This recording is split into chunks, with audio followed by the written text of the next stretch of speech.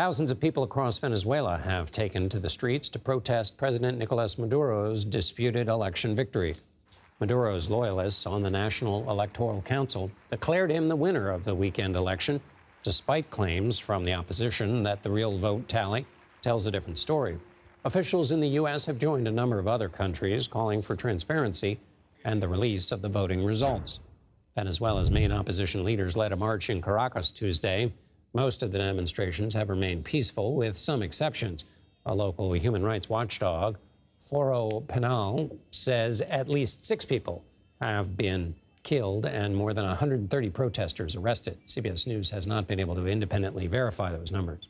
For more on the protests, we go to Lilia Luciano, who is in Caracas. Lilia?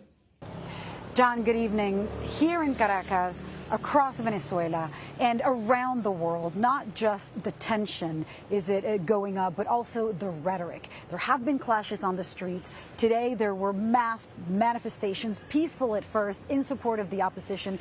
People who say they believe and they trust that opposition leader Maria Corina Machado and who they believe is the president-elect Edmundo González Urrutia, in fact, are telling the truth, are showing the evidence, are proving that he was victorious, that he won the election, while the government of Nicolás Maduro maintains that they won, but still won't show the evidence, still won't reveal the voting tallies, the official results, and that's what the international community is demanding from them.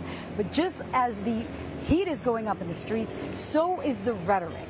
Today, the opposition is demanding and saying, show us the proof, and then the government, the president, has been saying there has been a coup, there has been an attempt to take down my government by force. They're talking about violence that has been spreading across the streets of Venezuela, but they're also the head of the National Assembly accusing the opposition of violence, of deaths. This has happened in the past, and the opposition leaders who had been pointed to as starting the violence, as instigating violence, ended up in prison or in exile, and in some cases a combination of both. Today, the leadership, the president of the National Assembly, called for Maria Corina Machado and Edmundo González Urrutia to be arrested. So we can only expect that, although now the protests have died down because there was heavy rain, the tension, the heat, the clashes will pick back up in the coming hours.